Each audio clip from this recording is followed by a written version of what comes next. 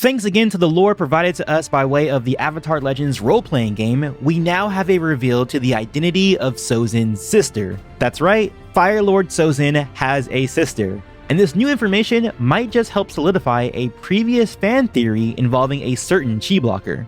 Let's get into it. Hey folks, my name is Antoine, your resident geek, and today we'll be diving into the all-new character, Princess Zeisan of the Fire Nation. As a note, all information from this point on is coming from within a 4-year period in the Avatar timeline between Firelord Sozin's coronation in 58 BG, before the Airbender genocide, to Avatar Roku's wedding in 54 BG. And of course, this is all sourced from the Avatar Legends role-playing game. If you want to stay up to date as I go through my coverage of all the new lore, don't forget to subscribe so you don't miss a thing.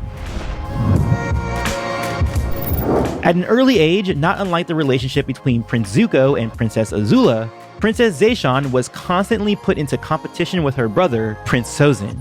In the case with Zuko, he at least had some firebending to contend with Azula, but Princess Zeisan was born without any firebending at all. And no, she wasn't a waterbender, she wasn't an airbender or an earthbender, she was straight up a non-bender. To keep up with her brother, Zeisan sought out the Air Nomads. Particularly, she was brought under the tutelage of Air Nomad's sister Ryoshun, who taught her many airbending philosophies, which helped the young princess keep control of an innate anger she always thought she had. Probably because she was always in heated competition with her brother. It was perhaps this desire to quell her anger that led Air Nomad Ryoshun to suggest the rare technique known as chi blocking, an ability that literally enabled its users to put a stop to others' bending temporarily. During their training sessions, Princess Zeisan and Sister Ryoshun fell in love, but their affair was a block to Zeisan's plan to change the Fire Nation via her marriage to the man Khandro of the Guiding Wind. And of course, the Guiding Wind is an order seeking to break the ties between Air Nomads and the elites of the Fire Nation and Earth Kingdom primarily. For this reason, Zeisan and Ryoshun kept their love for one another a secret, and Princess Zeisan publicly announced her intention to marry the leader of the Guiding Wind, renouncing her titles and wealth within the royal court. Her example was popular enough that other young nobles across the globe vowed to do the same, favoring futures of their nations that did not involve the elite as the foundation of their governments. If you aren't familiar with the Ty Lee as an Air Nomad theory, here are the main points. 1. Ty Lee's hair is brown, unlike the usual black of the Fire Nation, meaning one of her ancestors probably married someone outside of the Fire Nation, most likely someone from the Air Nomads. 2. Ty Lee's eyes are gray instead of the usual hazel, copper, yellow eyes of the Fire Nation. Gray eyes are usually an attribute of the Air Nomads. Number 3. As pointed out by the YouTube channel Super Carlin Brothers, Ty Lee's facial features are eerily similar to Aang. 4. Ty Lee lives in a circus, a group of nomadic performers, which could have been an early cover for fleeing Air Nomads after Sozin's attack. 5. Ty Lee is more spiritual than her friends, obsessed with auras, not unlike the spirituality of the Air Nomads themselves. 6. The final part of the theory is that Ty Lee was brought up in a school of the Royal Academy for Girls. So that would mean that Ty Lee's family and ancestors were once part of the elite, again, a perfect cover for an airbender, hiding in plain sight. Now, this could mean that Ty Lee is directly blood-related to Princess Zeisan, especially if Zeisan did end up having children with the Guiding Wind leader, Khandro. It also now seems as though the origins of chi blocking may come from the Air Nomads themselves, perhaps from the Western Air Temple, which makes complete sense. Of all the nations, the one to birth a non-aggressive, pacifying ability would be the Air Nomads. But then that got me thinking, why didn't chi blocking become a more common technique among the globe? The answer could be the Airbender genocide itself.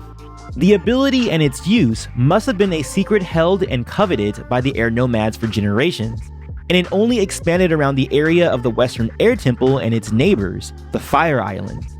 Flash forward 100 years and you have the anomaly that is Ty Lee, who could have been taught by a direct Air Nomad descendant hiding in plain sight.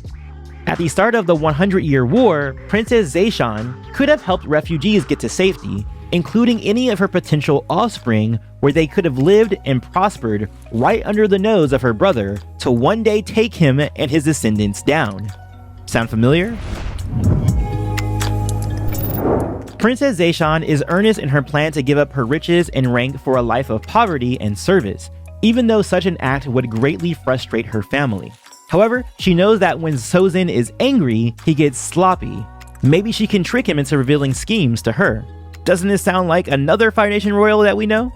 Princess Zeisan has seen Sozin's extreme greed firsthand and knows it's only a matter of time until he makes a big move to show off his power.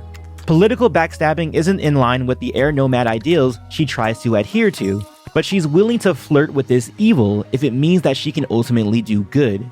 Anyway, continuing on, Sozin was blindsided by his sister's relationship with the Guiding Wind's leader, Kandro, and nearly couldn't control his rage when she proposed marriage to the monk.